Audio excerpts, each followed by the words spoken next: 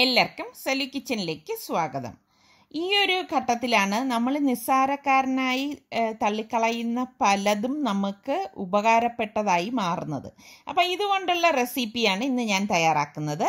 അപ്പോൾ അത് എങ്ങനെയാണ് തയ്യാറാക്കുന്നത് നമുക്ക് നോക്കാം. നമ്മുടെ ആകാശം കാണാൻ നല്ല ഭംഗിയുണ്ട്. പഞ്ഞിക്കെട്ടുകൾ ഇങ്ങനെ പറന്ന് നടക്കുന്നത് പോലെയാണ് മേഘങ്ങൾ ഇരിക്കുന്നത്. നോക്കിക്കേ.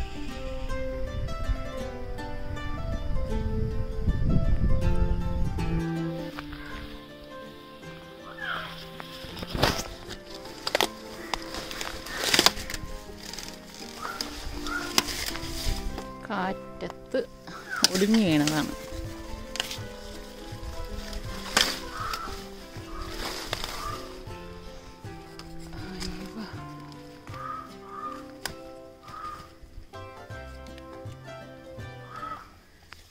ആദ്യം തന്നെ ഞാനിവിടെ 4 മുട്ട പുഴുങ്ങാനായിട്ട് വെക്കാണ്. പ്രഷർ കുക്കറിൽ വെയിറ്റ് ഇട്ടിട്ട് ഒറ്റ വിസിൽ കേൾക്കുന്നവരെ വേവിച്ചെടുക്കും.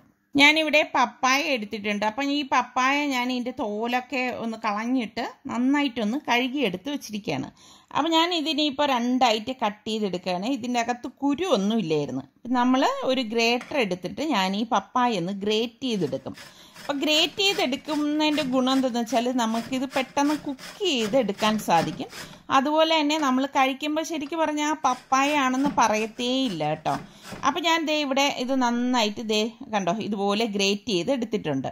നമുക്കിനി ഇതിൻ്റെ അരപ്പ് തയ്യാറാക്കാൻ വേണ്ടി ഞാനിവിടെ 1 കപ്പ് തേങ്ങ, 3 വെളുത്തുള്ളി അല്ലി, 2 പീസ് ചെറിയ ഉള്ളി, ഒരു 4 പച്ചമുളക്, 1 ടീസ്പൂൺ ചെറിയ ജീരകം, ഒരു തണ്ട് കറിവേപ്പില ഇത്ര എടുത്തിട്ടുണ്ട്. അപ്പം ഇത് മിക്സിയുടെ ജാറിലേക്ക് ഇട്ടിട്ട് നമുക്കൊന്ന് കറക്കിയെടുക്കണം. ഒരുപാട് അങ്ങ് അരക്കേണ്ട ആവശ്യമില്ല, വെള്ളവും ചേർക്കരുത് കേട്ടോ. പിന്നെ മുട്ട പുഴുങ്ങി തോട് കളഞ്ഞ് ഞാനിവിടെ എടുത്ത് വെച്ചിട്ടുണ്ട്. അപ്പം ഞാനിവിടെ ഒരു ഇരുമ്പ് ചട്ടിയിലേക്ക് 1 ടേബിൾ സ്പൂൺ എണ്ണ ഒഴിച്ചിട്ട് എണ്ണ ചൂടാകുമ്പോഴേക്ക് 1 ടീസ്പൂൺ കടുകിട്ട് പൊട്ടിച്ചു കൊടുത്തിട്ടുണ്ട്. ഇതിലേക്ക് ഞാൻ 2 വറ്റൽ മുളകും കൂടി ഇട്ടിട്ട് ഇതുപോലെ ഒന്ന് ഇളക്കി കൊടുക്കും.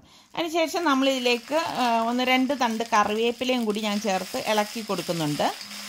അതിനുശേഷം നമ്മൾ ഈ ഗ്രേറ്റ് ചെയ്ത് വെച്ചിരിക്കുന്ന പപ്പായ ഫുള്ള് ഇതിലേക്ക് ഇട്ട് കൊടുക്കാം. ഇതിലേക്ക് ഇട്ട് കൊടുത്തിട്ട് നമുക്കൊന്ന് ഇളക്കിയെടുക്കണം. അപ്പോൾ ഈ പപ്പായ നമ്മൾ മൂടി വെച്ച് വേവിക്കുകയും ചെയ്യരുത്. ഈ പപ്പായയിലേക്ക് വെള്ളവും ഒഴിക്കരുത് കേട്ടോ. അത് പ്രത്യേകം ശ്രദ്ധിച്ചോണം. അപ്പോൾ ദേ ഇതെല്ലാം ഞാൻ നല്ലതുപോലെ ഒന്ന് ഇളക്കിയെടുക്കണം. അപ്പോൾ ഇത് പെട്ടെന്ന് തന്നെ റെഡിയായി വരും കേട്ടോ. അതിനുശേഷം ഞാനിതിലേക്ക് 1.5 ടീസ്പൂണ് മഞ്ഞൾപ്പൊടിയും പാകത്തിനുള്ള ഉപ്പും കൂടി ഇട്ടിട്ട് ഇളക്കിയെടുക്കുകയാണ്. വേറെ പൊടികളൊന്നും നമ്മളിപ്പോൾ ഇതിലേക്ക് ചേർക്കത്തില്ല.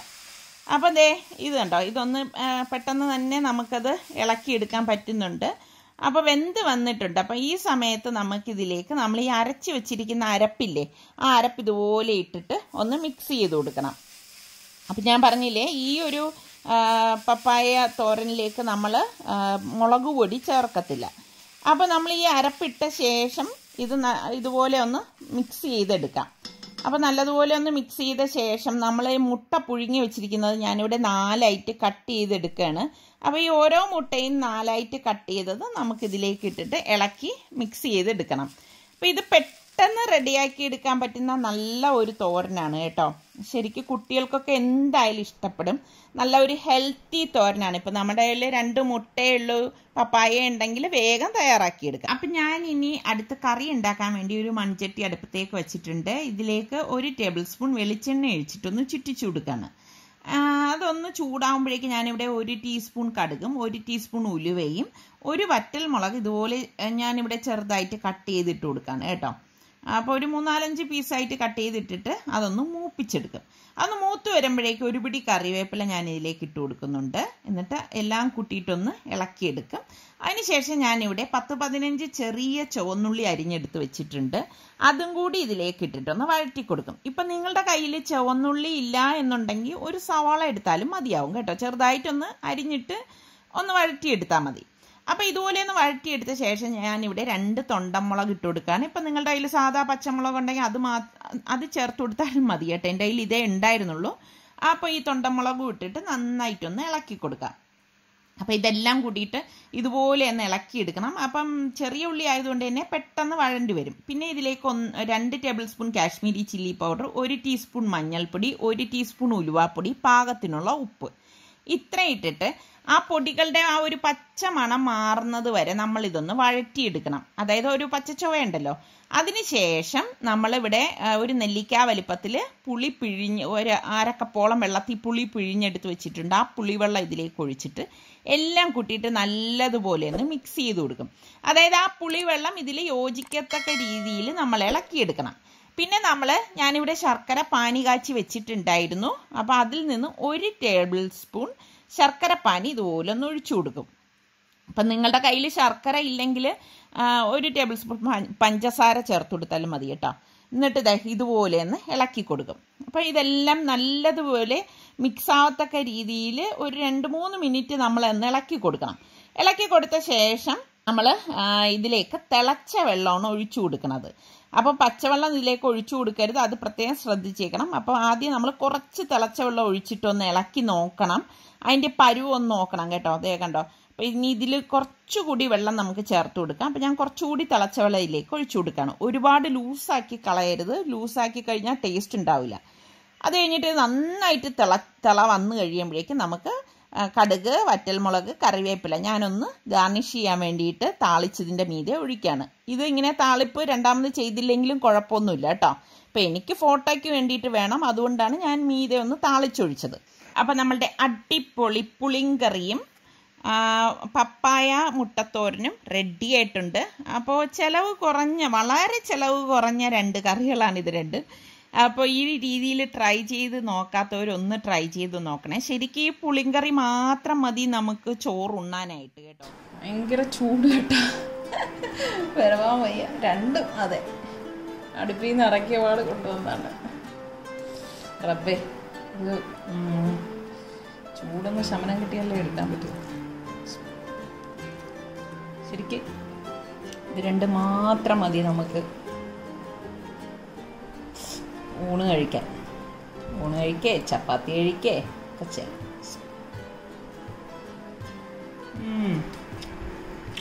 നല്ല സൂപ്പർ ടേസ്റ്റാണ് കേട്ടോ. ഈ ലോക്ക്ഡൗൺ സമയത്ത് ഒന്നുമില്ലെങ്കിൽ നമുക്ക് ഇതുപോലെ പുളിങ്കറി ഉണ്ടാക്കാം. മുട്ട ഉണ്ടെങ്കിൽ നമ്മുടെ പറമ്പിലൊക്കെ ഈ പപ്പായ ഉള്ളവരുണ്ടാവുമല്ലോ, ഒരു പപ്പായയും കൂടെ പറിച്ചു കഴിഞ്ഞാൽ കുശാലായി. അപ്പോൾ കുക്കിംഗ് ഒക്കെ ചെയ്ത് കഴിഞ്ഞ ശേഷം ഞാൻ തയ്ക്കാനായിട്ട് വന്നു. എനിക്ക് കുക്കിംഗ് കഴിഞ്ഞാൽ പിന്നെ തയ്യൽ എനിക്ക് വളരെയധികം സന്തോഷം തരുന്ന ഒരു കാര്യമാണ് കേട്ടോ. എനിക്ക് ഭയങ്കര ഇഷ്ടമാണ്. അപ്പം ഇപ്പം നമുക്ക് ധാരാളം സമയമുണ്ട്. അപ്പോൾ ഇതുപോലെ കയ്യിൽ തുണിയൊക്കെ ഉണ്ടെങ്കിൽ വെട്ടി തയ്ക്കാമല്ലോ. അപ്പം ഞാനിങ്ങനെ തയ്ക്കാനായിട്ട് വന്നിരിക്കുകയാണ്. പക്ഷെ എനിക്ക് നമ്മൾ തയ്ക്കാനൊക്കെ ഇരുന്ന് കഴിഞ്ഞാൽ ആരും എന്നെ ഡിസ്റ്റർബ് ചെയ്യുന്ന ഇഷ്ടമില്ല കേട്ടോ. അപ്പം ഞാൻ എവർക്ക് വേണ്ടതെല്ലാം ചെയ്തു കൊടുത്ത ശേഷം മാത്രമേ വെട്ടാനും തയ്ക്കാനും ഒക്കെ വന്നിരിക്കത്തുള്ളൂ. ഞാനെന്ന് പറഞ്ഞാൽ എനിക്ക് വെട്ടിക്കഴിഞ്ഞ് കഴിഞ്ഞാൽ അപ്പം തന്നെ തയ്ക്കണം. അപ്പം തയ്ക്കുമ്പോഴൊക്കെ മനസ്സിന് ഭയങ്കര ഒരു സന്തോഷമാണ് കേട്ടോ. അപ്പോൾ ഇങ്ങനെയൊക്കെയുള്ള അവസരങ്ങളിൽ നമ്മളുടെ മനസ്സിനെ സന്തോഷിപ്പിക്കാൻ നോക്കണം എല്ലാവരും. അതൊരു പ്രധാന ഘടകം തന്നെയാണ് കേട്ടോ. അപ്പം ഞാൻ സ്റ്റിച്ച് ചെയ്ത് കഴിഞ്ഞു. ഇതിപ്പോൾ ഒറ്റ പീസല്ല കേട്ടോ, യോക്ക് വേറെയാണ്. അവിടെയാണ് ഞാൻ എലാസ്റ്റിക് ചെയ്തിരിക്കുന്നത്. സ്കേർട്ട് വേറെയാണ് കണ്ടോ. അല്ലാതെ ഇങ്ങനെ കാണുമ്പോൾ ഉള്ള ഒറ്റ പീസ് പോലെ അല്ല, സെപ്പറേറ്റ് ചെയ്തിട്ടാണ് ഞാൻ ചെയ്തിരിക്കുന്നത്. പിന്നെ കയ്യിൽ ഇതുപോലെ എലാസ്റ്റിക് വെച്ചിട്ടുണ്ട്. അത്ര മാത്രമേ ഇതിലേക്ക് ഞാൻ ചെയ്തിട്ടുള്ളൂ. എനിക്കാണെങ്കിൽ തയ്ച്ചു കഴിഞ്ഞാൽ ആ സ്പോട്ടിൽ തന്നെ ഡ്രസ്സ് ഇടണം കേട്ടോ. അപ്പൊ ഞാൻ തയ്ക്കുന്നതിന് മുൻപ് തന്നെ വാഷ് ചെയ്തൊക്കെ വെക്കാറുണ്ട് തുണി. അപ്പോൾ ഇപ്പൊ തയ്ച്ചു കഴിഞ്ഞ് ഞാൻ കുളിച്ച് ഇട്ടുകൊണ്ട് വന്നിരിക്കുകയാണ്. അപ്പൊ ഞാൻ നേരത്തെ പറഞ്ഞില്ലേ, യോക്കും സ്കേർട്ടും സെപ്പറേറ്റ് ചെയ്താണ് ഞാൻ സ്റ്റിച്ച് ചെയ്തിരിക്കുന്നത്. പിന്നെ ആ ഒരു ജോയിന്റ് വരുന്നതിന്റെ അവിടെ ഞാൻ ബാക്കിലും ഫ്രണ്ടിലും എലാസ്റ്റിക് കൊടുത്തിട്ടുണ്ട്. പിന്നെ സ്ലീവ് എനിക്ക് ഇത്ര മാത്രമേ കിട്ടിയിട്ടുള്ളൂ. മൊത്തം ഞാൻ 44 ഇഞ്ച് വീതിയിലുള്ള 3 മീറ്റർ തുണിയാണ് എടുത്തത്. പക്ഷെ അതിന്ന് ഇനി എനിക്ക് ഫാഷൻ കാണിക്കാനായിട്ട് ഒരു തുണി പോലും മിച്ചമില്ല. അപ്പം ഇതാണ് ഞാൻ തയ്ച്ച എൻ്റെ ഡ്രസ്സ് എന്ന് പറയുന്നത്.